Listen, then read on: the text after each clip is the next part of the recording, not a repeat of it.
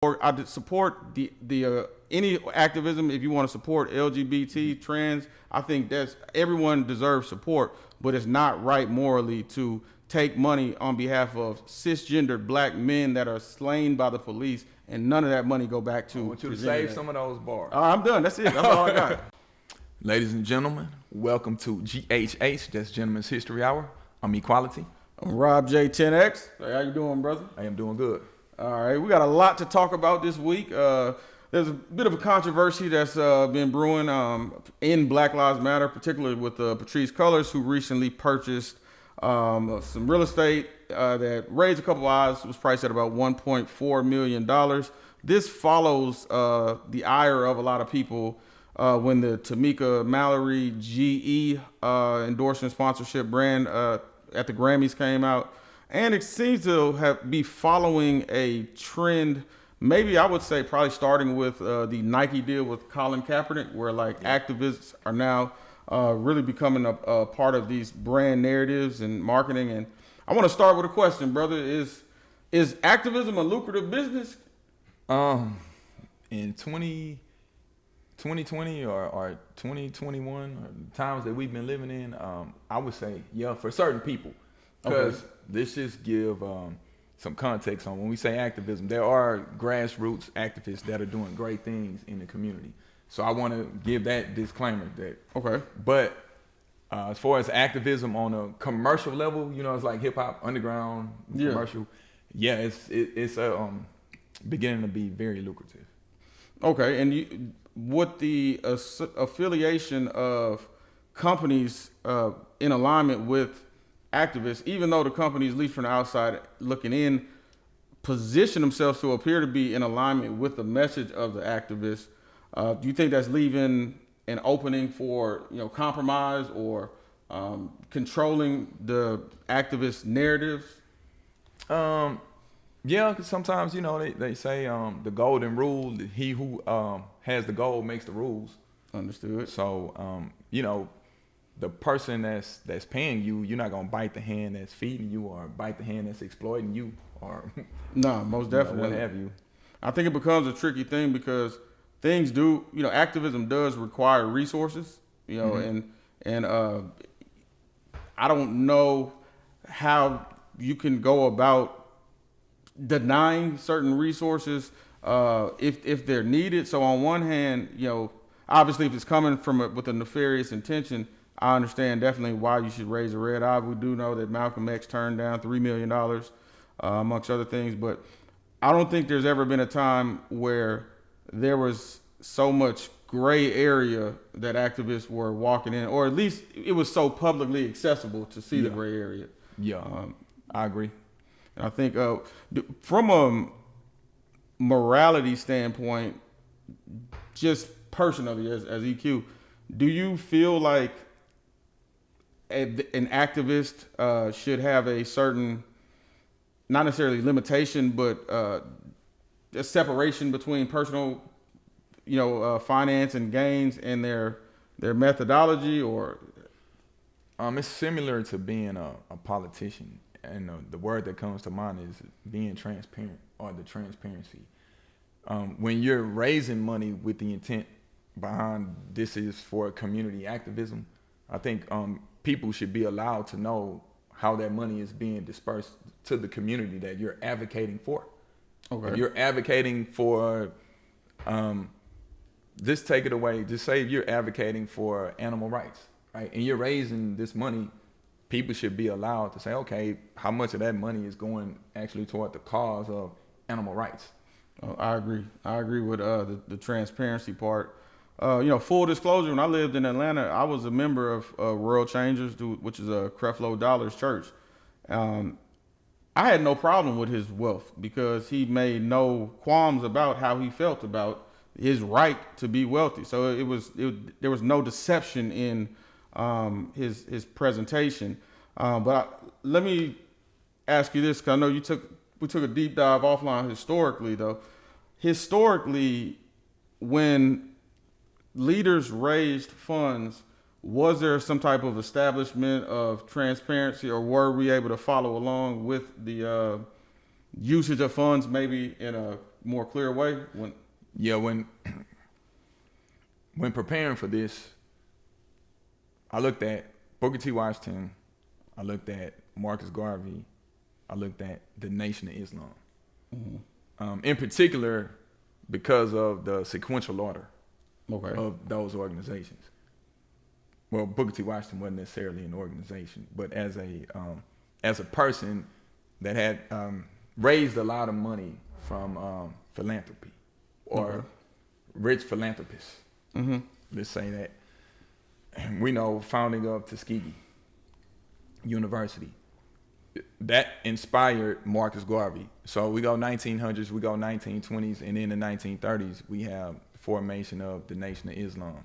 And then looking at those, and I had to bring my phones. I want to, was freestyling off the phone. We want to. Well, it's a lot. It's a lot of ground to cover, man. No, definitely. And I want, to put the information out there, and then to show people that information is right here. No, most definitely. It's about being accurate, not about So else. the National Negro Business League was started by Booker T. Washington. That was the 1900s.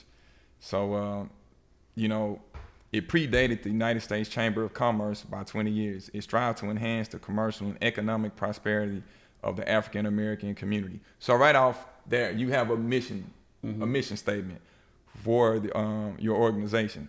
Booker T. Washington believed that solutions to the problems of racial discrimination were primarily economic and that African American entrepreneurship was vital. Thus, he founded the League to further the economic development of African American businesses in order to achieve social equality in the American society. People have their views about Booker T. Washington. You take 100 people, 50 people may love him, 50 people may hate him. Now, some people will hold it against him and say, well, he was getting funding from Rosenwald and the Carnegies. But the transparency behind it, what we're talking about around that time period, we saw Tuskegee go from a shanty to an institution, a historically black institution that's been here for over 100 years. Yeah. So I can take my son, we can drive up there and we can see the fruits of the labor behind the funding that Booker T. Washington was receiving at that time. I think even with the nation, you can always, you can see where they're spending the money. So I think, and as long as you can see something, it makes you, it really puts that at ease. But when that gray area, and to your point with the Booker T, where you can physically go to Tuskegee. There are people being educated. There are people. The school actually does exist.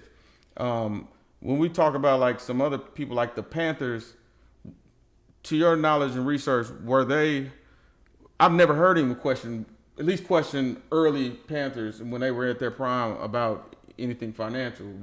How were they paying for the breakfast programs and stuff? A couple of things with the Panthers. They did have donors, like anonymous donors around that time. Especially with the Free Huey campaign when Huey was locked up. They did what they would call canvassing the neighborhood, right, for the free breakfast program, meaning you're knocking on the doors of businesses to get them to solicit the food. So you're going to, let's say, the neighborhood grocery stores or places or going through the community knocking on the door, just the grassroots way of doing it. So you have anonymous donors, because some people didn't want their money being associated with going to the Panthers for whatever reason around that time. But then you had Panthers that would canvass the neighborhoods and say, hey, we're out here with the Panthers. You have that presence, and you can go and ask those local businesses if they would like to donate food or money to the free breakfast program. Just a very grassroots way of doing it. And also you had certain Panthers that would go out and do speaking engagements to get money. So with the speaking engagements, soliciting donations in food from the local businesses in Oakland and those areas, or the other cities where they had the Panther organizations, just from a very grassroots way of doing it. And like I said, donations. I mean, getting those big dollar donations. There were a lot of Hollywood liberals that were quietly writing checks to donate to the Panthers, and this all documented. Okay, well, let me ask you this: in our history as we know it, have we had major black civil rights or black issues activist leaders that were pretty much openly known as extremely wealthy, or could afford what was the equivalent in the 60s, 40s, 50s of a $1.4 million house, or those type of luxuries? I mean, throughout history, people have accumulated wealth, but from the perspective of a person being over an organization, let's just say for a guy like Marcus Garvey, because that was the next person I wanted to talk about. I don't know if he was living a lavish lifestyle at that time. I'm not really sure, but let's just say he was living somewhat of a lavish, what we would equate, because Booker T. Washington was getting money too. Mm-hmm. He was getting personally funded by these philanthropists as well. But let's just say Garvey lived a lavish lifestyle. You have to say, okay,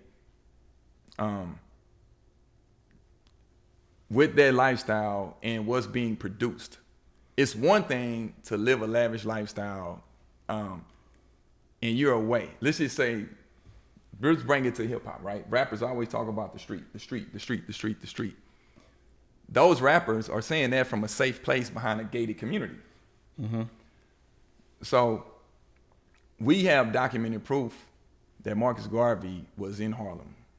Okay. So, and to give some context with Garvey, because remember, I wanted to set the tone in talking about Booker T. Washington and the money and the tangible outcomes. Yeah, we are receiving that money. Booker Booker, you got Tuskegee. We got Tuskegee. With Garvey, I know that we got. I don't know how successful it was, but we got the Star Line. Yeah, he had the Black Star Line, which was not super successful because he wasn't a businessman per se. Yeah. But he was raising the money, and you knew he had a tangible outcome. Yeah. Okay. Exactly. So hey, one of my goals is I'm trying to create the Black Star Line. I want to be able to show people here, going back to Africa, and having even creating trade routes with nations on the continent. Okay. So you have something tangible to show for it. And one thing with Garvey, so what was created? The Universal Steam Laundry, a Universal Tailoring and Dressmaking Department. And this was in Harlem, because the attire that Garvey wore and the people in the UNIA. The Universal Negro Improvement Association. Okay. They had 3 grocery stores in New York and a printing press that Garvey produced, his organizational newspaper, The Negro World. And when we talked about the women, Amy Garvey was one of the co-founders of the newspaper. Okay. So now you're seeing how your money is being spent. Yeah. If you're donating to the organization, you're seeing some tangible outcomes. Yeah, you get in the paper. You had the Black Star Line. And one of Garvey's, when you brought up around that time and how people may have lived, one of his quotes was that we should have black people that are similar to like the Carnegies and people like that. Okay. Why should they be the only philanthropists?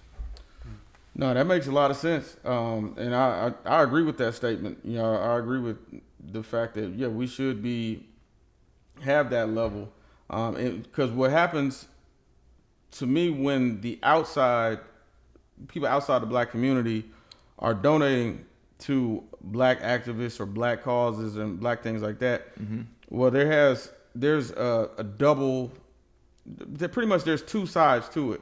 Not to say that they're not in belief of the actual purpose of the black organizations they donate to, but there's also a public relations side to it, to where it's not necessarily in their interest or in their wheelhouse to even necessarily know what happens with the money.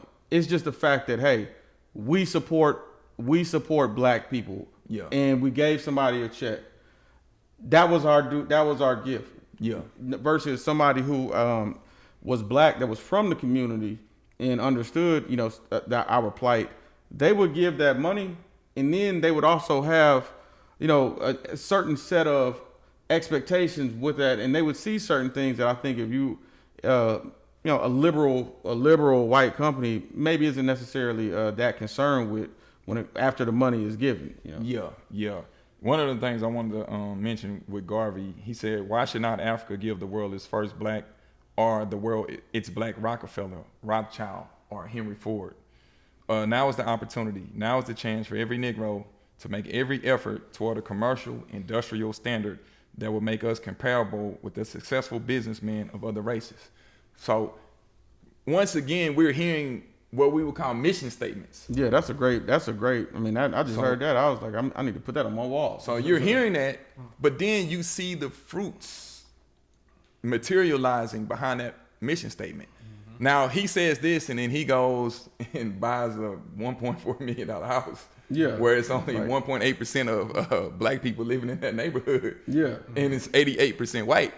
You may look at Garvey a little different, and you're not seeing any tangible outcomes.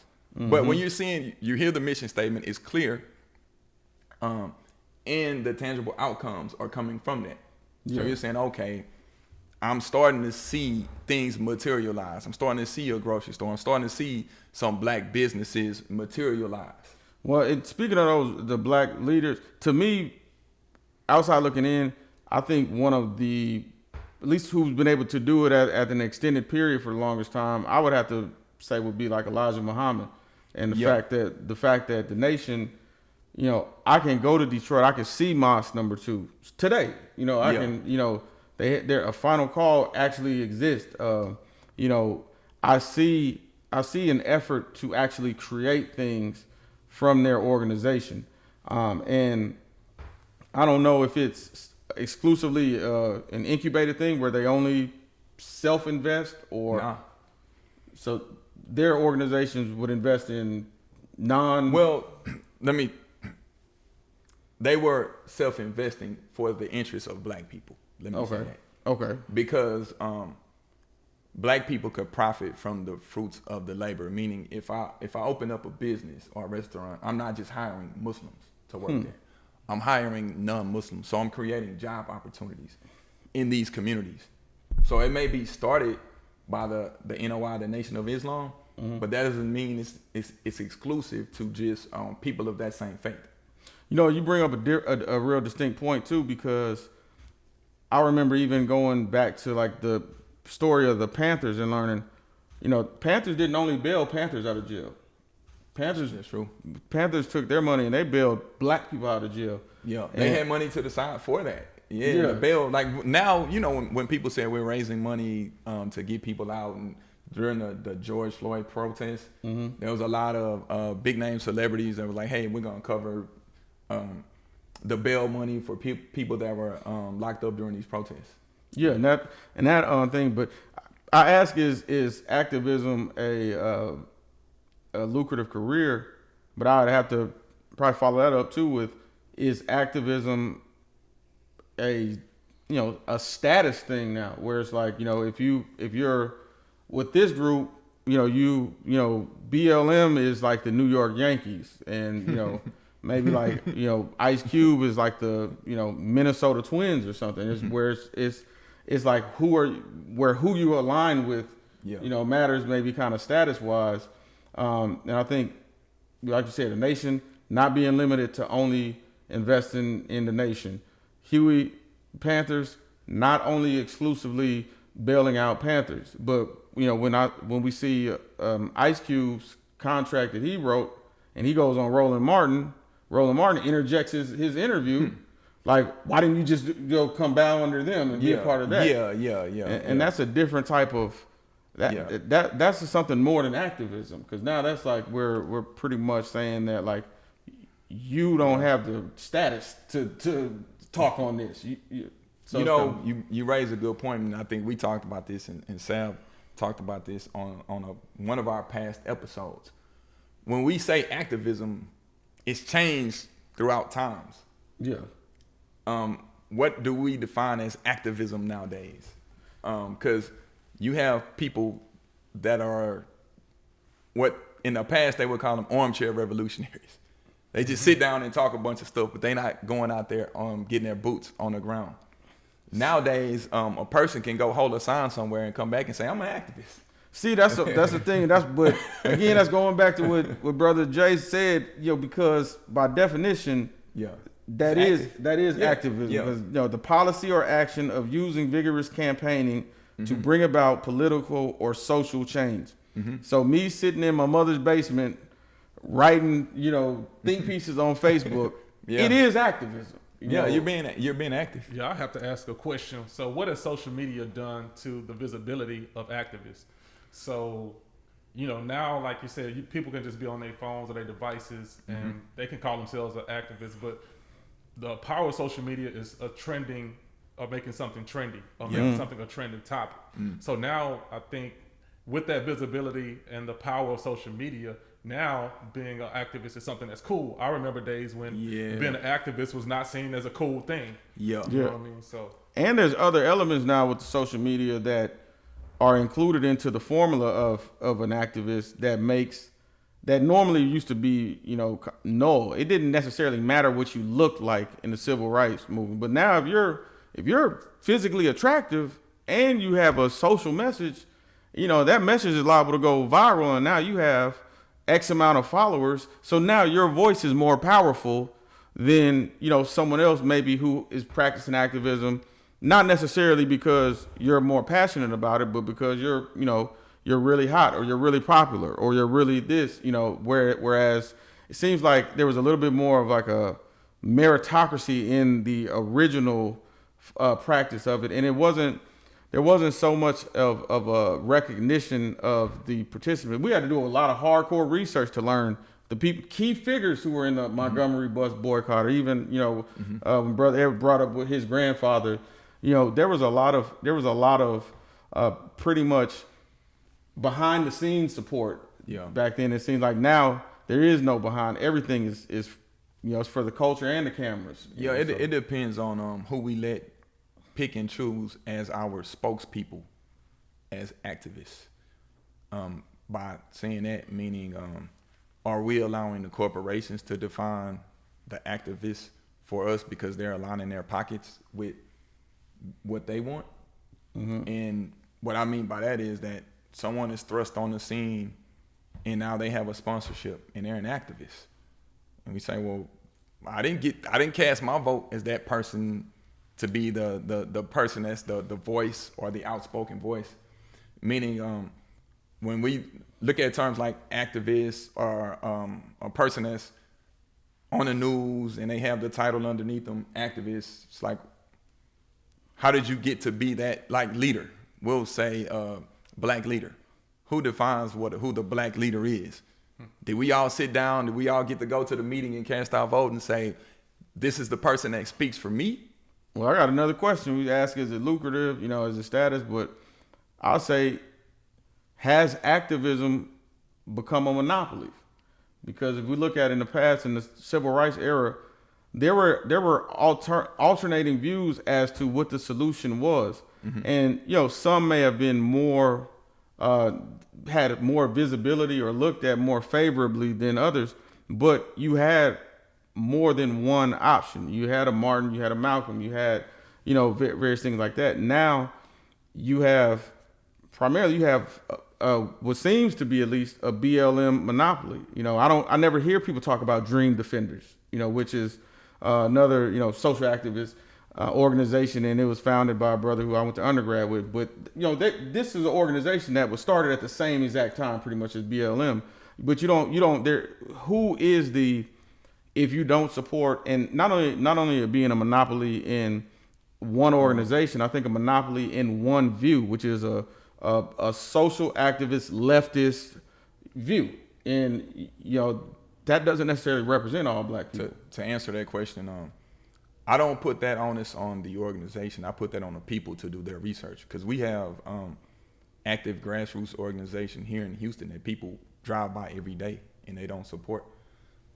That's right up under their nose. So I'm not looking for the one that has the spotlight on them, because it'll look like they have a monopoly when they really don't. They're just marketed to the public better per se. Let's just say, oh yeah, we know about them because we see it.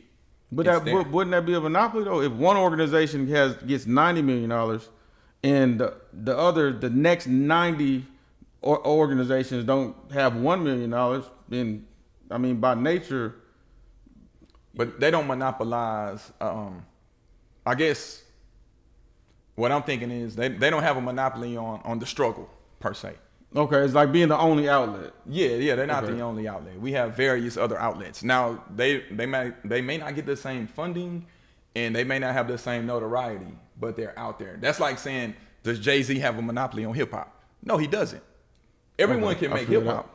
He's just the most popular, and he may be the person that benefits financially from the most.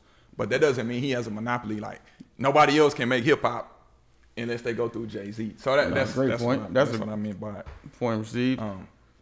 Go ahead. I'll say this: if I was to, try to be objective as possible. Because one thing about us that I like we don't make the decision for the people. We present a case and we allow the jury to come up with a verdict. You know? So for sure, if I were to take an objective and try to present from a BLM standpoint, I say, well, hey, Marcus Garvey. They had a financial impact and part of their agenda. We're an activism group. We're not a organization that started to bring economic empowerment to people. So that's not even in our wheelhouse. And what would that? I don't know. But I would have to ask what's in your wheelhouse then. What if you're an organization and you're a 501c3, what's in your wheelhouse? What? Okay. You're a not-for-profit organization. What's your mission statement? Okay, is the funding and everything that you get, is it aligned with your mission statement? Only thing I know that people are familiar with is a hashtag, the BLM or the Black Lives Matter. That name has become prominent. And now, as far as the origin of it, from what I understand, was the 2013, the murder of Trayvon Martin and the acquittal of George Zimmerman. That started it. And then we go to the Mike Brown case. So we started hearing this Black Lives Matter, Black Lives Matter. And in May 2020, just not too long ago, the brother from Houston, George Floyd, was killed by the officer, and that trial is currently going on in real time. And that's when, from what I understand, Black Lives Matter, their financial prominence came into play at a grand level. Of collecting $90 million within a year. So now, you got that money. What's your mission statement? We've talked about the transparency of, okay, Booker T. Washington, Tuskegee. However you feel about it, Tuskegee University is here. It's been here over 100 years. Marcus Garvey. We saw some tangible outcomes. Now, everything didn't succeed, but there's documented tangible outcomes. We didn't really get into the Nation of Islam as much. We talked about the Panthers, some tangible outcomes, breakfast program. They were fighting for medical. We wanted medical care for people in our communities. Nation of Islam, I mean, you can go with the Nation of Islam, it's a lot. I mean, and they're a religious organization, right? They're not a socially active organization. They're not a political organization.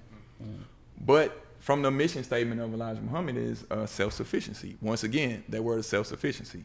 An organization started in the 1930s that by the 1960s had over 70,000 members, right? So now you have those members.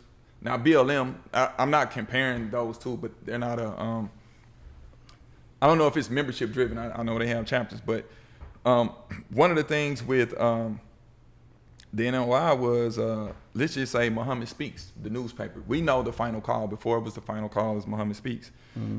It was a paper, a black printing crew. They were able to sell at its peak 950,000 issues of Muhammad Speaks. And this was around from like 1960 to 1975 when that newspaper was in circulation. That money allowed them to get farmland, open restaurants, grocery stores in the community. So now you're seeing the tangible outcomes of that money. If someone was to say, hey, you guys are selling those newspapers, where's that money going? You see that Salam restaurant over there in Chicago? That's Yeah. us. You see that grocery store you're going to? That's us. You see that? That's us. You're seeing the tangible outcomes from the financials No, that most that definitely. organization is collecting. Now I'm gonna take my objective hat on, and I'm gonna just say, hey, this is just one thing, because you did send the Black Lives Matter Global Network, which had a breakdown. That was my first time seeing a breakdown. Yeah, of the we're fund. gonna have to make this a part 2. I want this to be a part 1 because I want us to really, dive deeper. And I want to, But I do want to just say, don't put this on the E, don't put this on the Sav. Just Rob. this is Rob J speaking. Yeah, this is Rob J speaking. The views and opinions. Of just me. Yeah. What I did see, and I was surprised to learn today, though, was that of the 90 million, and there was about $21 million given in grant. I mean, $100,000 grants given to 30 organizations, totaling about 21 point something million dollars.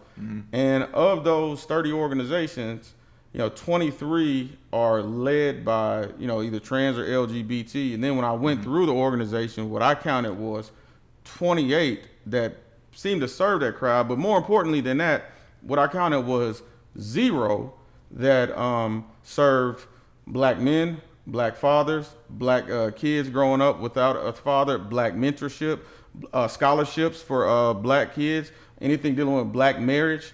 None of those things, black rent assistance for black men.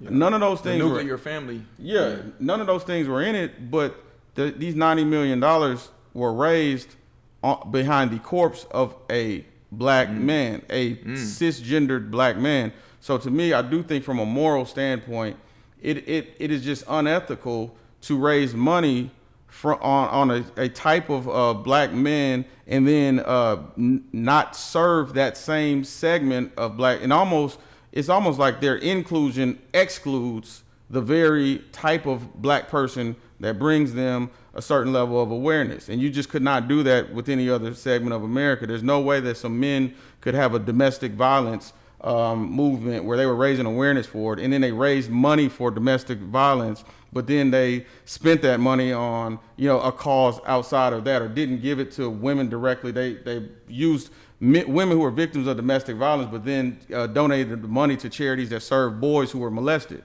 That would be a problem. There's no way you could organization could raise money on behalf of stopping Asian hate, and then spend that money on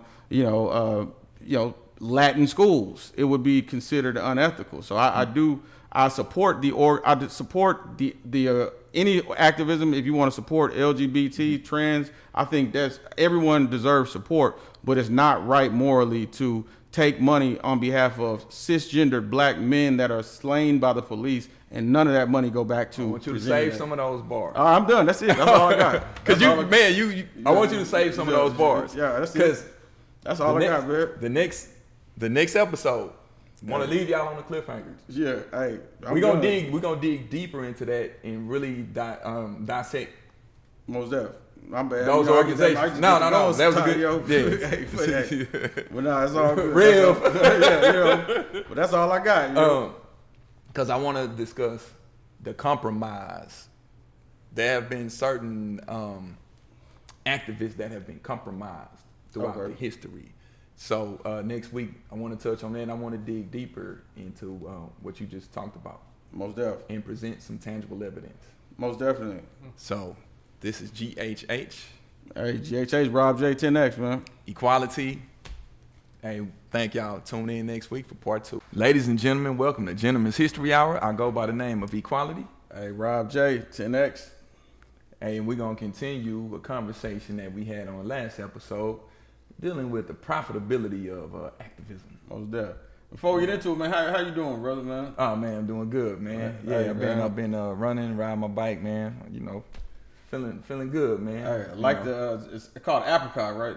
Or is that what it's called? Oh, just a pocket square. Oh, well, hey. They got the ascots to go around the neck. So, hey, look good on you. Yeah. Thank you, brother. Hey, I made the polo team, so I think the next 8 weeks, I'm gonna just rep the flag, man. Really, my load is light, so I want to reflect that, man. Hey, man. Do that, man. Do that. Hey, you got fired up the last episode, man. I like that. So I want to, with that same starting with that same energy, man. We were talking about the Black Lives Matter and the funding, and we don't want to backtrack too much because we want people to watch that episode. Yeah, nah, watch most that one and come back to this one. Most def. You know what? You know, you being the researcher that you are, man. When you presented, you know, the documents we were able to go through and really look at like a lot of the funding sources. To me, you know, like I said, it's not even a matter of opinion or what a person could or should be doing. Just talking on a morality level, you know, you're taking funds that are coming in response to black men being victims of police brutality, and to see, you know, the grants that they had where they gave out the $100 grants, and they went, when I look, just reading through the list of the 30 organizations, you know, again, if you want to donate to you know, your LGBT or trans, or that you want to make them a part of your philanthropy as you know, a Black Lives Matter organization, that the LGBT community and the trans, they are a part of the black community, but they're not 27/30ths of the black community. And you know, to me, it kind of gets to the value of black men. You know, it's where it's like, okay, we're a fundraiser for basically a philanthropic organization that sees no need to take any of those dollars when they have a grant program and to put them into any organizations that actually service the people that look like the victims of police brutality. There was no grant to a black boys mentorship organization. There was no anti-gang organization. Some of the issues going on. We know that George Floyd, like many people, struggled with a substance issue. There was no grant to anything that helped black men suffering from, you know, that disease. You know, it was all, so to take his corpse and repurpose those dollars to service the LGBT and trans, you know, community, I just think on a moral standpoint, I don't think there's any other segment of Americans besides black males that you could do that to. We could not have an organization that represented, that raised our money in response to Sandra Bland and Breonna Taylor, but took that money and spent 95% of it on, you know, black males fathers or something like that. That would, we would get called to the carpet immediately. Feel contradictory. Yeah, I mean, you know, and so to me, that part of it, and I think, man, you know, I try, and as you do, man, I try my best to be an objective person. I don't really have no allegiance to any side except the truth. I think it would be a reasonable request to them that if you have a grant program, can 50% of it go to black men, being that the funding is coming from the corpses of black men. Mm-hmm. I think that's a fair and reasonable request. But in many ways, it feels like you're not allowed to make requests to, to them in that type of sector. The original mission statement, I don't think included a lot of things centered around black males, heterosexual black men. The original mission statement for BLM. Yeah. You know? Hey, you remember what I told you, man, from the articles that came out with Patrice Cullors and the real estate and all that, man. BLM looking more like BMF, man. Man, blowing money fast. And, you know, it's a strange phenomenon, because it's almost like if there was a guy who you didn't like, and his name was EQ. Mm-hmm. It would be kind of hard for you to be like, man, EQ, man. You hearing something? So the name, and I know for a long time, and I was a part of the group who for a while was like, I support the slogan, you know, but they're one and the same. And what happened with that? And you know, Marcellus Wiley, I don't agree with all of his takes, but he spotted that out, and then for them to have Black Lives Matter on the NBA court when the majority of NBA players are committed to trying to build nuclear families, because we understand as men the challenges that coming up in single parent homes have basically created for us. So for them to be playing basketball, doing their trade with that on the court, and have to be revealed to them, it kind of was like and I think that's the reason why they took it off the court too. Yeah, that's the reason why it's not on the court. It was seasonal. Yeah, and those type of things, I feel like just when we talk about, is activism a lucrative thing?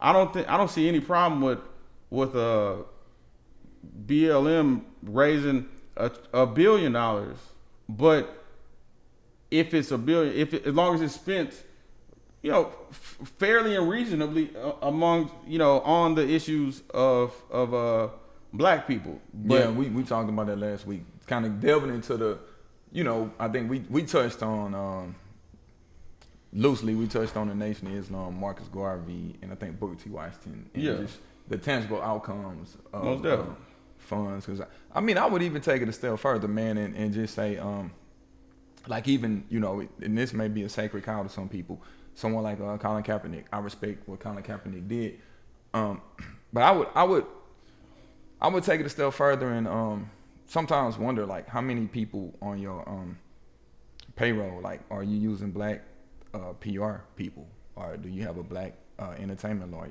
Do you have a black, and just to see, because we always talk about the transfer of the black dollar moving, and that's one of the big things in Black Wall Street, when they talk about the black dollar moving from hand to hand and not just moving from, one hand and that's it, being recycled back into the community. And we always say generational wealth.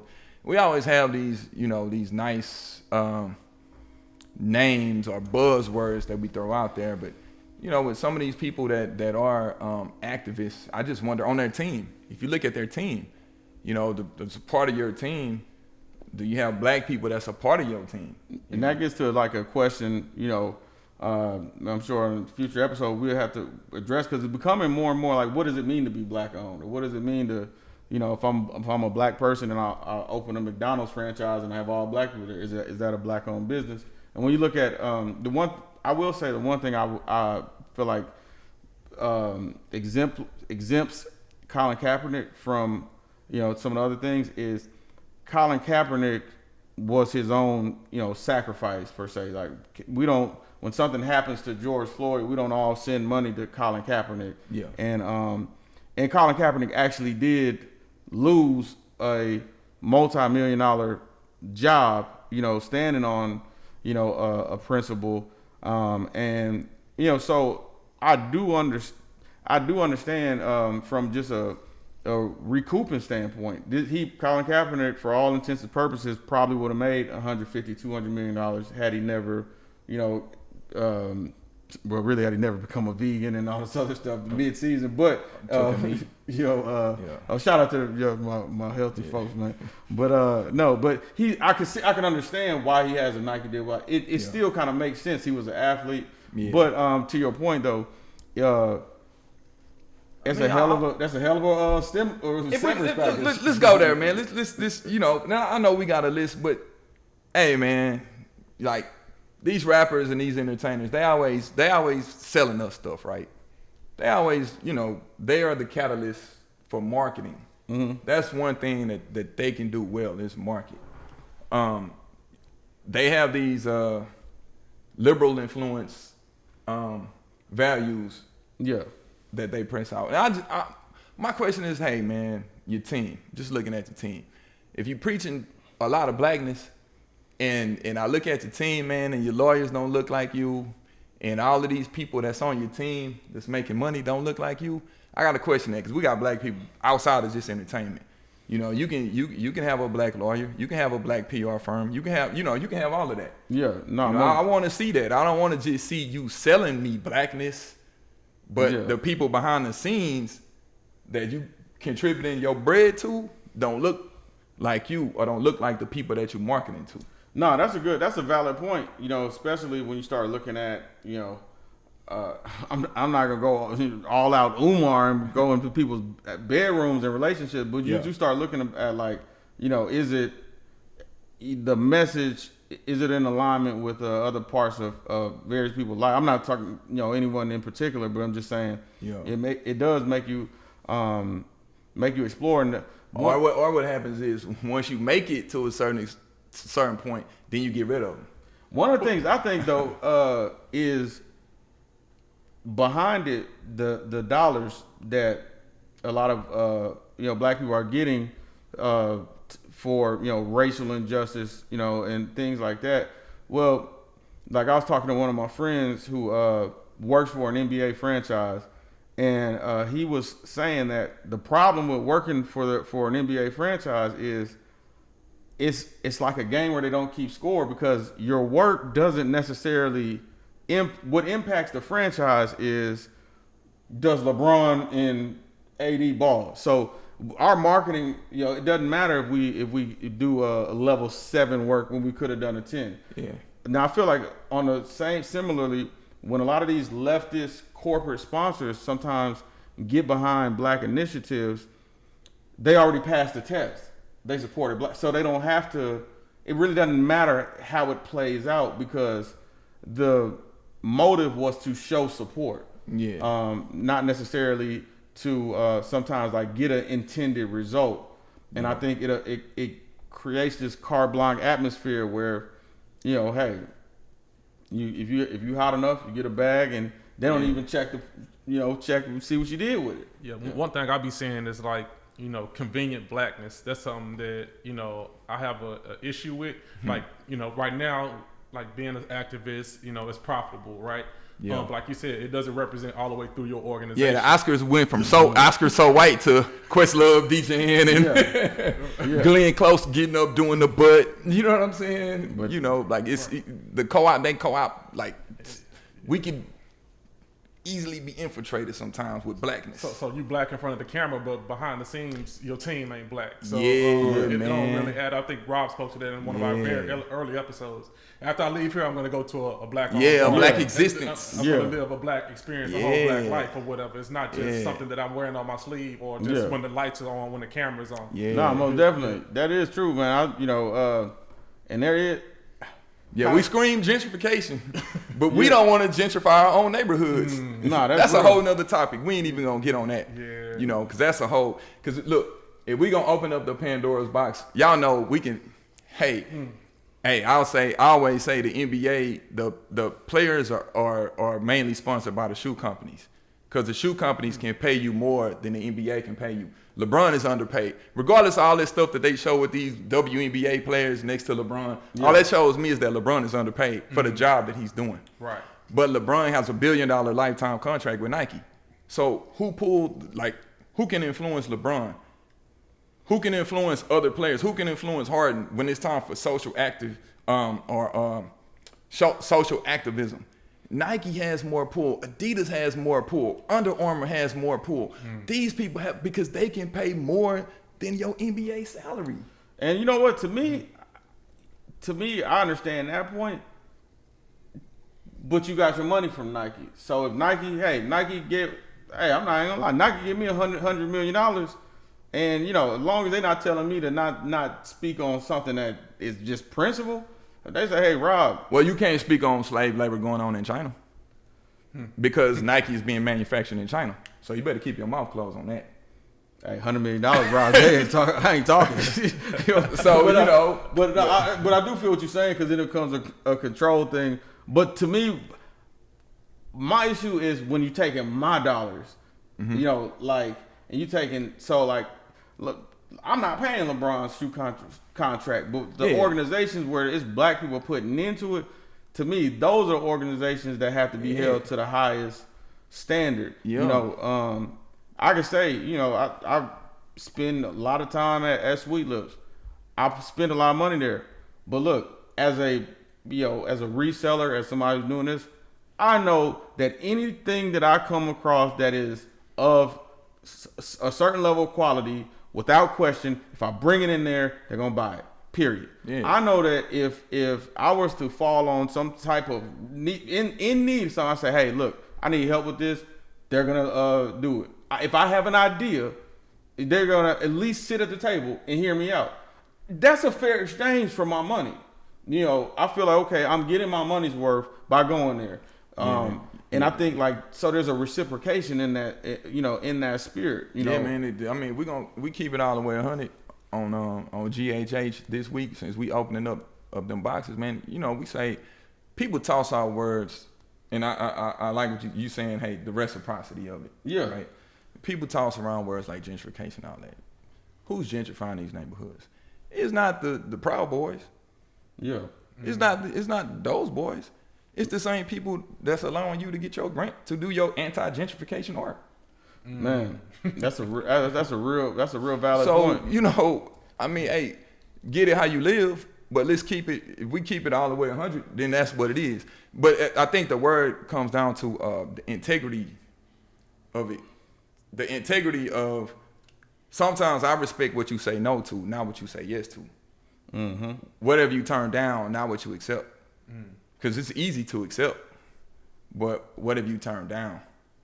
Yeah, no, that's a good point. And you know, I think when we grow up as a race and become like hey, we're at the table as a player, I think is when we become pluralistic. You know, but right now, every single activist has pretty much a hardcore leftist, you know, talking point position. And then when somebody who isn't, you know, at the hold on, let me just interrupt. I don't want to make it. I don't want to sound like we speaking in absolutes, because there are, like I said last week, there are grassroots organizations that are not compromised. Yeah. They'll turn down stuff. Well, I'm not saying so. I'm not. Well, okay, maybe the word. So I want to say every. Yeah. Okay. Yeah. All right. Fair enough. All right. So I shouldn't. I misspoke on every.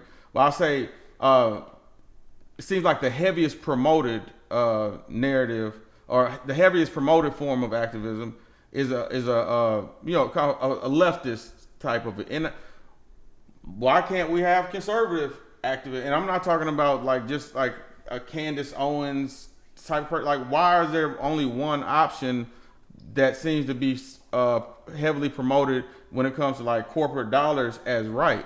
You know, and to me, when we become, one of the things that I'm looking forward to seeing is when there's a contested presidential election, and half the NBA wants one candidate and half the NBA wants another, or when there's an event that maybe happens where half the players feel like, hey, no, that guy did not violate certain rules, and the other half like, let's sit out, because at that point we now are no longer monolithic and we're not controllable. Yeah, we don't look like we're all moving one direction. I'll take it a step further. The day when the NBA players can form their own PACs, their own political action committees, and they got the money to put the money toward it. And then, hey, if they want to use their influence to go to the people that write the checks, the Nike or whatever, now let's see, we're going to run our own candidates on the ticket. We're not waiting on somebody from the outside. Like LeBron put his own boys, they went to school and they're his managers, the guys, I can't think of the I think you call it Four Horsemen, like Rich Paul. Yeah, Rich Paul and those guys, and Maverick, those guys. So he put his own people on. I respect that about LeBron. He put his own people on. Those guys, they can run their own candidates. Run your own candidate. You know, you don't have to worry about nobody else. What we got?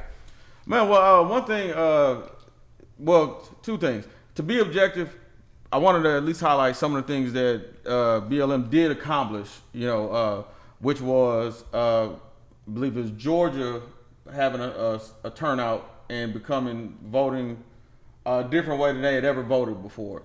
What they call it? They turned it blue. Yeah, they turned it blue, and they did flipped it.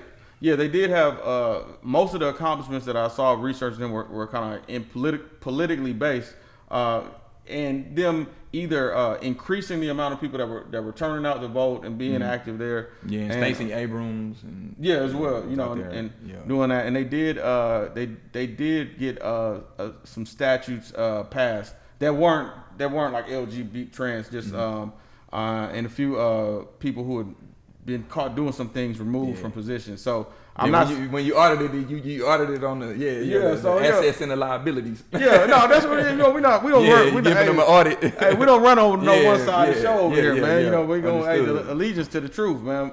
Yeah. But one thing I will say, it took this, real estate shopping spree for there to be a hint of, kind of, hey, what's going on in the financials, when traditionally that kind of has become the nature. When you look at like a Umar who, had Umar still is a very, prominent figure. But Umar Johnson trying to start the school. Yeah, his school. And Working on the school. It's an all boys school. that he yeah, wants to do. Frederick. FDMG, Frederick Yeah. Douglass, Yeah, Marcus Garvey. Yeah. Yeah. And then What you think about that, man? Because I want to speak on that from the perspective of a project manager, in understanding how construction works, and I'll tell you, like from my perspective, how I would advise Umar, someone doing something like that, because there's a reality of it, and there's a going on interviews and having talking points on it.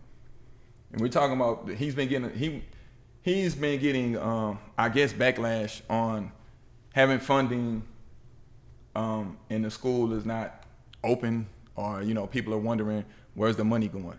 Similar to the other organizations that that we talk about, the transparency in that, hey, you've been soliciting for donations, we haven't seen the tangible outcome yet. You've been talking about this school, what's going on? yeah, I think part of what it is by trade he's a school psychologist. That is his trade. His trade, he's not a Clinical psychology. Clinical psychologist. He's not a construction or a real estate developer. One of the challenges I'm going through right now is the first time really not being a service-based self-employed person, have a product. It's a new challenge. I don't have experience in managing inflows, outflows, those type of things. So sometimes a person just isn't skilled in that, and it doesn't mean that they're necessarily doing something, under the table. But I do think for him to be as prominent as he is, it seems like he has a real tight grip on his vision. And maybe if he loosened it a little bit and let some people, was a little bit more in receiving mode towards others, to not just contribute money in labor, but to contribute intellectual property to the idea, to his vision. And it seems like he has a real set iron, in cement view of how it has to be. And not speaking of him literally, but it can be hard to work with people like that just in general, and I think, to me, I would think there's other bright minds in alignment with him that seems like, if he would had a team, maybe it would be a easier, mission. All right, so let's talk reality, right, fellas? Let's talk my world. You know what I'm saying? Let's talk my world. And the last one where he was on the Breakfast Club, and he used the word, he said, it's not a renovation, it's a repair. He said, I bought this school in 2013. It had already been, I guess, in good condition. That's a long time, though, man. Yeah, and he's saying it 2013. This is the words coming out of his mouth from the last interview he did this past week on the Breakfast Club. They need to renovate the HVAC. That's heating, ventilation, and air conditioning. The HVAC, right? Mm-hmm. That's all the duct work and all that to bring in air, take away air, and all that. It's mechanical engineering. Yeah. This is how I would approach it. You say, okay, you have a chance to say, I want to do a project with an all black. I want to use all black contractor. I want to use black engineers, black architects, right? Now repairs is something different, meaning to get the permit, it's not going to be the same. Long as you're putting it back together one to one and you're not changing the structure, it's not really that hard. You really don't have to get a permit for that. It's just repair work. Okay. It's repair. It doesn't take from 2013 to 2021, just depend on, I mean, that's a whole class. That's a kid starting at Frederick Douglass and ending at Marcus Garvey. But just to give y'all perspective and to give my advice would be, get you a project manager first and foremost. If that's not your field of work, get you a project manager that you could always refer to in interviews, or if someone wants to talk to you about the school, or you have enough information that you can disseminate to everyone else and say, this is where we are with the project. You know, if you have a black contractor, you have different people, you have a project manager that's there to oversee, to say, okay, we had a black such and such engineering firm, that you can give them props and promote them. Black architectural firm, or whoever the prime consultants, the sub consultants, you can do a project that's all black in 2021 like that. Black contractor. Now it's the transparency. Now you can have cost estimates. When people come and you can say, hey, our cost estimate to do such and such is at this. This is why we need X, Y, Z. This is specifically where we're trying to build and where we're trying to get done. This happens in the world every day. Yeah. Now, the talking points of just going on the show is just people like, hey, I donated my money, I don't see a product. But to understand it and understanding you're in a realm that's outside of clinical psychology. Like if I'm going into his world, I need someone that's an expert, a subject matter expert on that. So when I get quizzed on it, hey, I have someone to talk to. I would just tell the brother, hey man, you know, get you someone that can come in there and advise you. And maybe he has this, but I don't ever hear him say names. I don't ever hear him say, I'm working with such and such black architecture firm, such and such mechanical engineering, such and such black contractor. It almost seems like I'm waiting on them to come to me. Yeah, and then I'm waiting on them to come to me. And see, and that's the thing, you know, GHH books, The Laws of Human Nature, Robert Greene, one of the things he talks about is controlling that inner grandiose. And I think as brilliant as his mind is, I think I'm the prince of Pan-Africanism, I'm the this, that, and other. It may be, you know, talented people don't like necessarily, they're not attracted to opportunities to come serve, you know, princes, you know, so to speak, in modern time.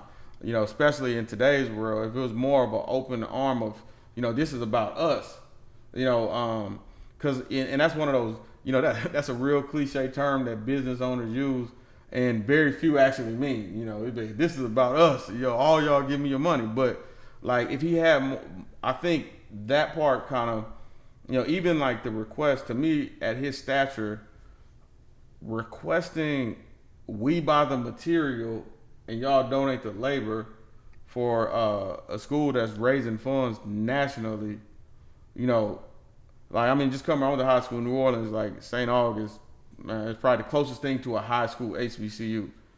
St. August would never ask nobody, hey, we gonna pay for the equipment, and then, but y'all give it, like, it's just, that just seemed like even if that's what he wants, I think what happens with Umar sometimes, he's so brilliant in his lane, but then, like, you know, when he starts explaining things. Well, you just gotta have the right consultants. That's what I would say about that. If you had the right consultants with you, there have been projects that have been done 100%, you know, black, from the design work to the general contractor.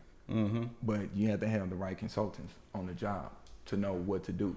You got to know who to reach out to and say, okay, I need someone for this, I need someone for that. It's just having the right consultants in anything. You got to have the right consultants, and that would be my advice to it. Is just like if let's say BLM wanted to build a school, they got to acquire the land, they got to assemble a team.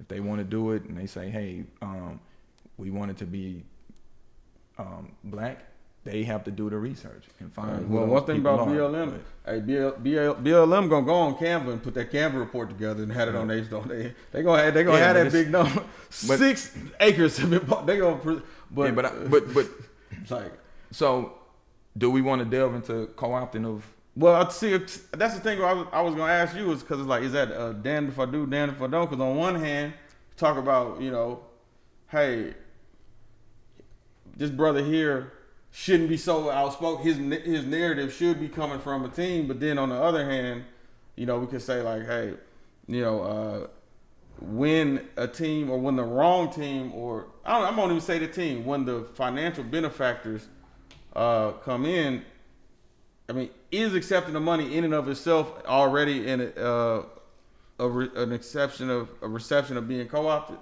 Because what BLM seemed to represent when Trayvon Martin died seems to be a lot different than what they represent in George Floyd era. Yeah, when I say the co-opting of movements, like you know, BLM is a movement, and it could seem to be as if it was co-opted to become more of a trans.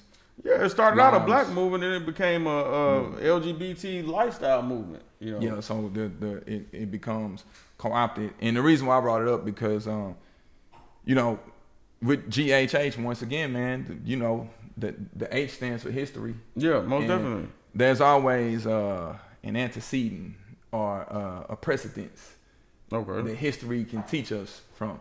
When our ancestors, you know, Malcolm X, he warned us about this, man. 1963, he talked about in his message to the grassroots, 1963 speech. He did it around in November in Detroit. Matter of fact. Oh wow, okay. And the speech was in reaction to the 1963 March on Washington for Freedom and Jobs. That march being co-opted from the grassroots. So he's laying it out in this speech and letting black people know, like, hey, this movement is being co-opted. It's been taken from the streets. It's being taken out of y'all hands. And it's been given to these civil rights leaders. He called them the Big Six. Yeah. 6 different civil rights leaders that he's saying were co-opted. So an organization was started, the CU, it's the Council for, I got it written in my notes, the Council for United Civil Rights Leadership. Okay.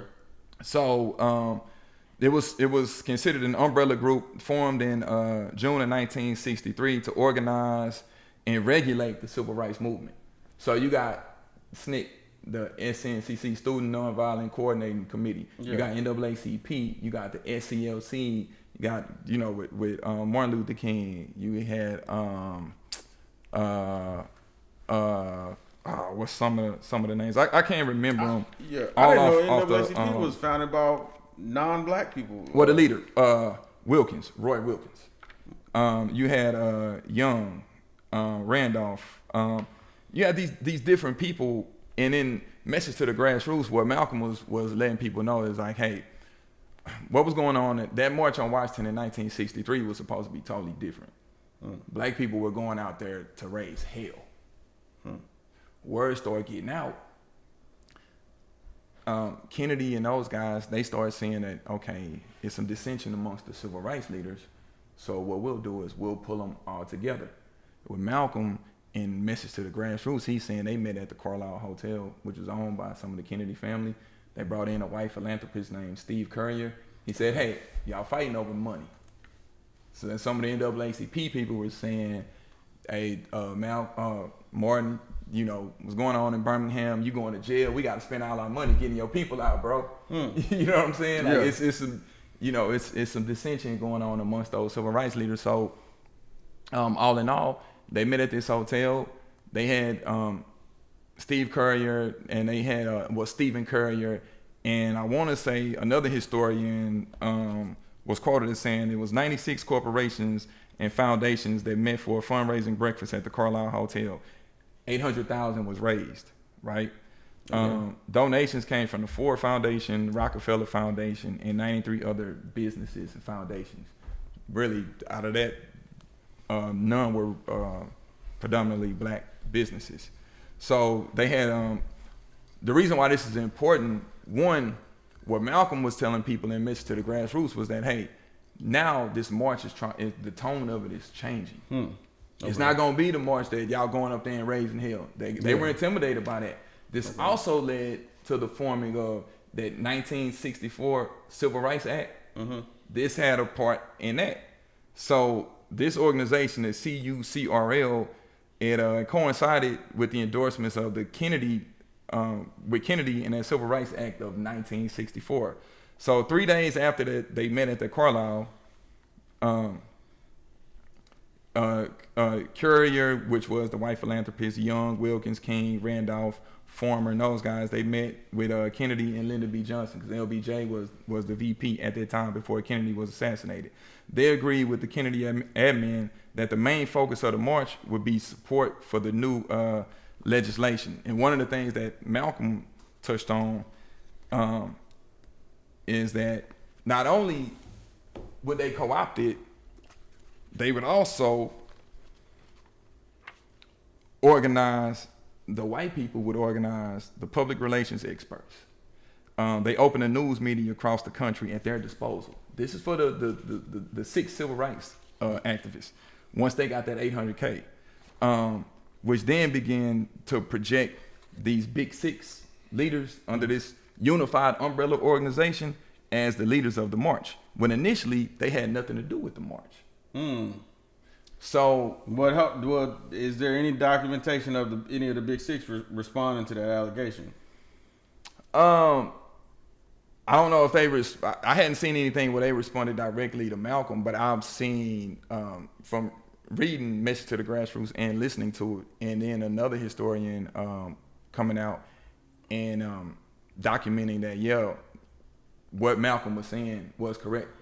He didn't go into as much detail as the historian, but it's documented in history that this organization did exist, and they did meet at the Carlisle Hotel. Malcolm, in his speech, he said, bring me any one of those guys and they'll tell you, hey, they can't deny it. This really happened. And it's documented, just like BLM, when they showed the 6-figure grants that went to various organizations. So within the 800K, they were saying, okay, 125K goes to NAACP, 125K goes here, 50K goes here, 50K goes here. So the idea was that, hey, you guys are arguing over money, we'll give you the money. But as part of us giving you the money, you set the tone for all these other, keep these Negroes from acting a fool. Let's take it to modern times now. We know the George Floyd murder in May 2020 caused the donations in BLM to skyrocket. They got 90 million at that time, right? And we're from Houston. Big march going on out, where was it? Downtown, they suspended COVID for I know, right? So just imagine, just to paint a picture, not saying that, this is apples to apples, but just to paint a picture in historical context and in the context of now. So imagine if the word on the street is, hey, we fired up, man. The people on the block, the people in 3rd Ward, the people in 5th Ward, people like, hey, we fired up, man, about this George Floyd. It's about to go down. It's about to be some action. And imagine some philanthropist taking the mayor or the police chief or some of your favorite rappers or some of your favorite athletes because nowadays those are the civil rights leaders of today, right? Put them in the room and say, hey, man, these Negroes might tear downtown up. Yeah. And I know, hey, y'all need whatever. Hey, look, y'all gonna lead the march. So now when you go out there and you get to the pinnacle, you got some of the same people that you're like, hold on, they wasn't in the streets. They wasn't doing. Now they're controlling the march. The same people that you may be protesting against. Now the police chief is controlling the march and speaking. Now the minister at at Lakewood or somewhere may be speaking. Yeah. Now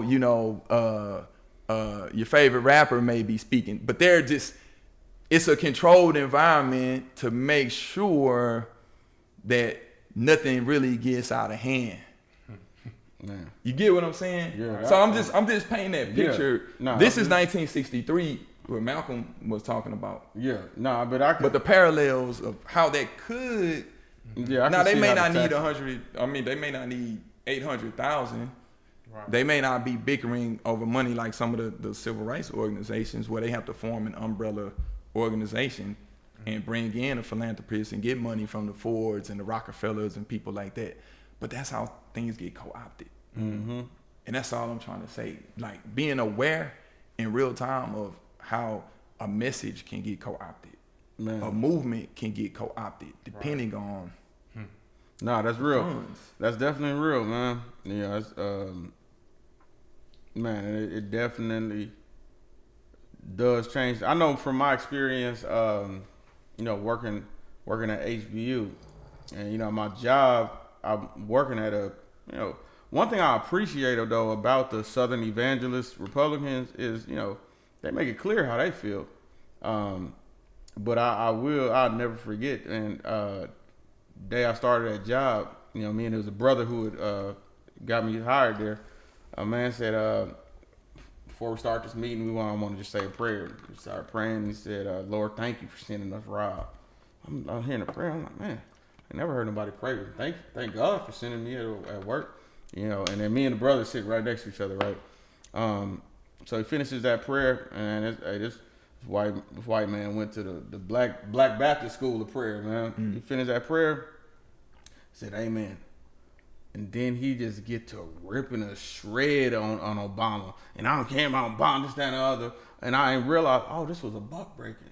Oh, you wanted us to sit together and you wanted to just put on display, I'm going to do this in front of y'all and you ain't going to say nothing. And, I needed that. I was glad I had a job. I didn't say nothing. I could have said, hey, man, I don't want to be talking about politics. I could have said that. But yeah, and that's the other thing. You're like, it's still, you still need that job. So what you? Yeah. So like, but who's gonna or the people that would tell you, Rob, man, you should have went off. Are they gonna pay your bills if you need your bills to be paid? So it's two sides. Yeah. To a coin. I try not to ask people to do stuff that I'm not willing to compromise. Yeah, and that's why, and that's my whole point. Even bringing up that story was just the fact that, like, when money gets involved, your talking points change quick, real quick, so, I brought up Malcolm, one, to say that during that time, the context of message to the grassroots was prior to him basically being excommunicated from the Nation of Islam. So this was right on the cusp of him making the comments about John F. Kennedy and getting him silenced. And what made this speech important was this was him talking outside of the normal Nation of Islam talking points and being very political. If you read the speech, listen to it and read it, very political. And the reason why I bring that up, because we talk about people not being compromised, right, in black leadership, in activism. People on social media, they post pictures of Malcolm. I really don't think people really understood Malcolm the way just posting a picture or something. I don't know how Malcolm would be received. How people always wonder if someone was still alive or in this day and time. I wonder if Malcolm would either be going crazy or have to move and live in Ghana like W.E.B. Du Bois or someone like that, because Malcolm wasn't in support of a lot of the liberal morals and ethics that's being preached today. And I think he would be a megastar today, because he would be somebody. He would be a unicorn. He would be like a man. But see, but if he's not, let's say Malcolm can't be compromised. A person, let's have that conversation real quick. A person that can't be compromised, are they popular? No. Do they become popular? They can't be compromised. What do you do with someone that you can't buy him off? You can't pay him off, and they can speak free about anything. You can call out stuff. He's calling out these civil rights leaders at this time in 1963, like, hey, these are the people y'all crying for, y'all doing this for, y'all doing that for. I'm calling this out. They've been compromised. This is what happened. They let these people take over a march. Those type of people usually become ostracized. Is what happens. Yeah, because there's history is showing that.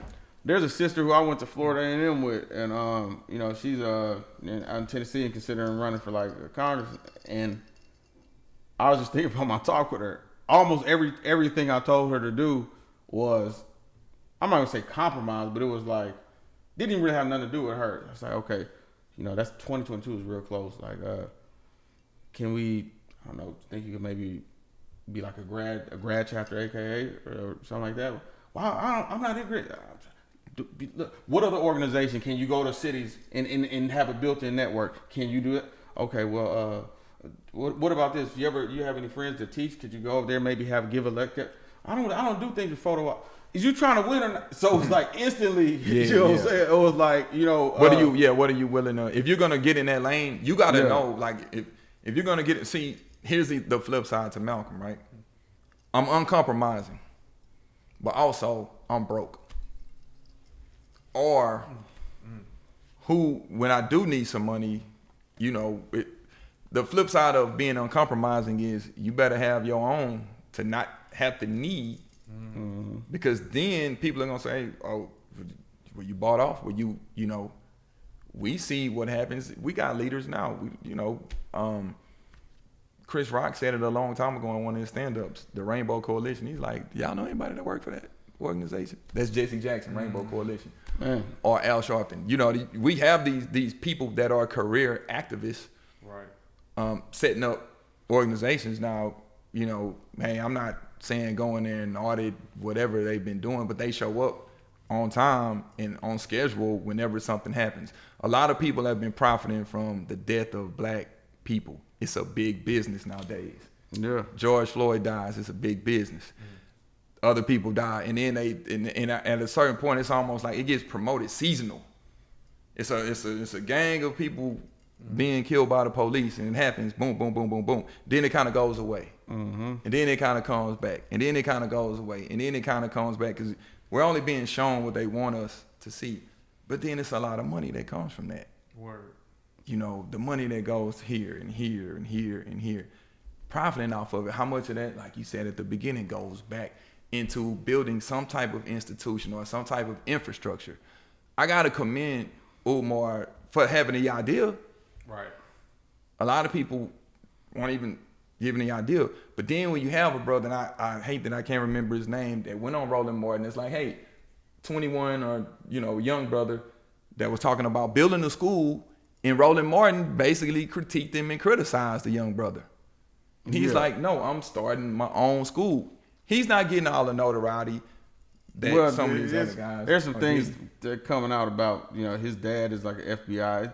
Some people. So now they put now the villain now he's gonna get villainized, and that's the other thing about when you it's come not out, Roland saying that. That's more like Tyreek, who, you know, presented that information. or whoever wants to be the leader of all things black. You know. Now I do think we shouldn't be competitive. I do feel like, to your point about that though, man, like it's almost like I'm not calling them like clowns now, but it's almost like a WWF of like Royal Rumble of who gets to be the supreme thought leader on black, where it's like, you know, if you think about it, damn near shit, I would say 60% of black activists almost have beef with each other. You can't have Roland and, I mean, not Roland, he's not Umar and Tyreek in the same room, and then you have this person with that, you know, it's like. So imagine that, the same thing you talking about, and then compare it to the Big Six, and somebody come in and say, what y'all arguing over?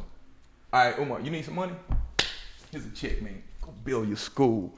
Tariq, what you got? You want to do some hidden colors again? Here's a check. Go, boom, do what you got to do. Umar not taking that check from Edomites. Umar ain't taking that check. But hold on, just let me. I'm not saying literally. I'm not saying that they're gonna you might. do it. I don't know. You know what I'm saying? But hear me out. I'm not saying. Yeah. I'm giving you some context, and this is how this stuff happens. Yeah. You got these people bickering. Yeah. We're gonna start an umbrella organization. Hey, what you need? All right, here's the check. Go. You got it. You got it. You got it. But in order for you to do it, who's in control of it? The person that's writing the check. Because now they're in control of it. So now then the conversation on economics comes up. And I don't believe the whole thing. One thing about like we don't have the money. We have the money. Like we don't have the money habits, but we have the money. You know, that's why the beauty supply store and the liquor store and everything else is in the community, because we have the money. You know, so I do feel like when we start funding ourselves, not only do we get a more accurate projection, we have a better understanding. You know, they don't understand that. Oh, you know, Ricky got a low credit. Ricky came to college. He was from the Bronx. He didn't know nothing about it. He got a bunch of credit cards. Ricky just got a business. We'll give him an opportunity. we can have that discretion and compassion with our own, if we're in control. But when we do have our institutions, it doesn't seem like there's. It rolls back to where we kind of, wrap it up with a bow. We touched on a lot of good stuff. Blackness and living a black existence. I don't want my black existence to only be on social media if I ain't living it. I'm tweeting blackness from the suburbs, and all of my neighbors are the opposite of what I look like. In the places that my kids go to school, and none of it is a black existence. Or am I gentrifying my own neighborhoods and moving back into them and sending my kids to those schools and patronizing those black businesses and going to those black churches and going to, and being with that community. So now when I'm on social media talking all my black stuff, I'm actually living a black existence. Not just tweeting a black existence. Right. Not just Facebook posting a black existence. Not just Instagram going whenever they have an exhibit, and then I come to the hood and take a picture, black existence. Like, nah, man, I ain't. Forget the victim Olympics. Yeah.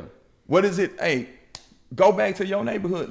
You can live the black existence that you want. Yeah, and expect the best from us too, because just side note, my resale thing. I had a sister sold her a printer earlier today. The printer had a little error issue, but when it had an error issue, she didn't go on Facebook and say, this what happened when you buy from a black this, that, and the other. She called me. I said, oh, really? Oh, let's work through this. I sent her back. We in communication like some undergrad students. Right when I was about to text her, I said, you know what?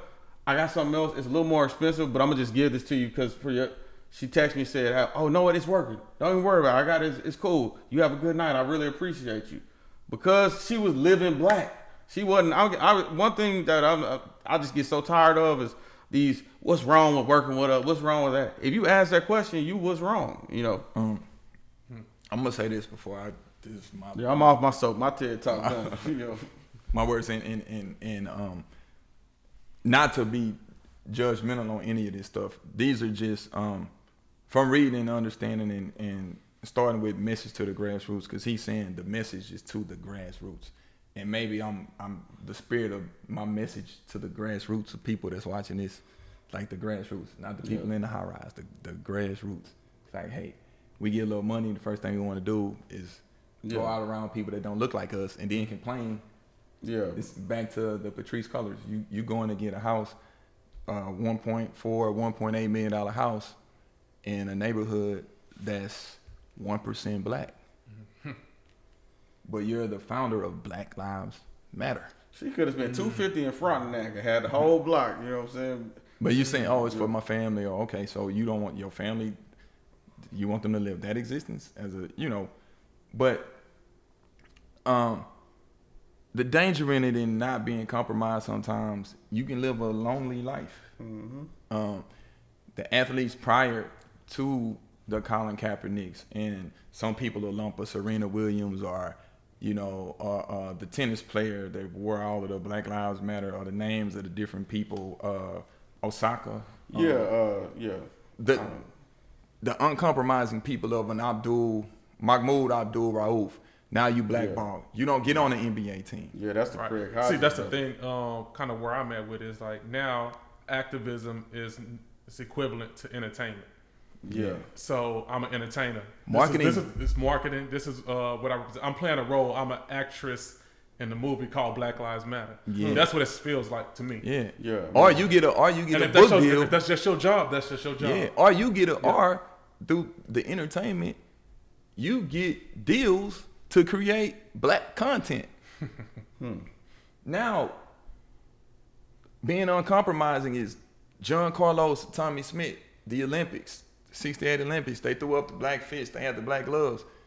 They had that was hard to come back from that.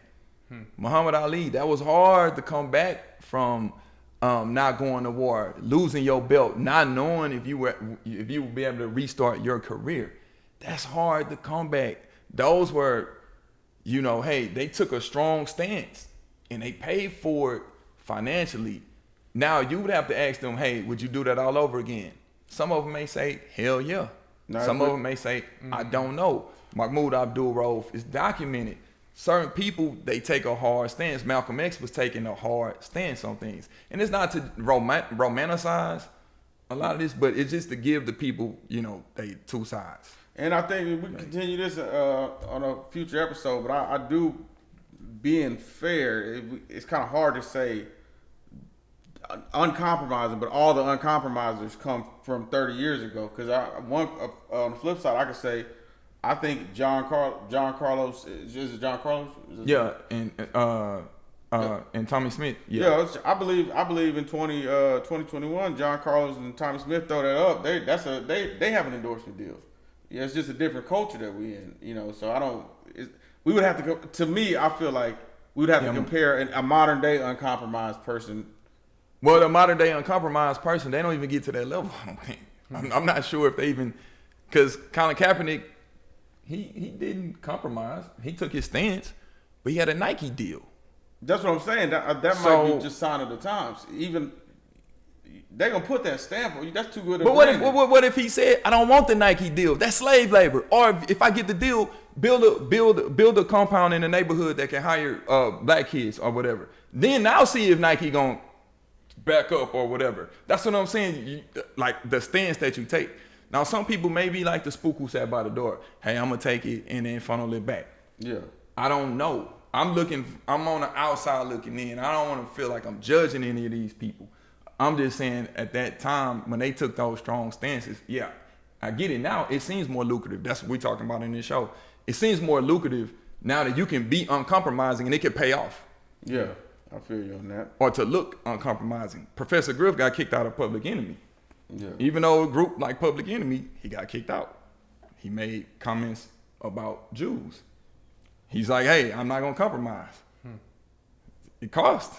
You gotta ask yourself, what am I willing to compromise or not, or my integrity at the end of the day? How much can you be bought for? How much can Rob? What, like, hey, if I'm vegan, sure, somebody come to me and say, hey man, I want you to do the got milk thing. And how much apologizing does Nick Cannon have to do before he can get his deal back? Yeah. There we go. They was bought for about 70,000 because I wasn't saying nothing. He he hit that Obama talk. I'm just talking to the bro like I ain't. Yeah. So I mean, that's a little different work versus that. But yeah, it's a rabbit hole to go down. So hey, we all got a job to do. I go to work. It's certain things I can't go to work. Maybe like wearing a Kunta Kinte shirt, like go take a like knee, Colin Kaepernick came.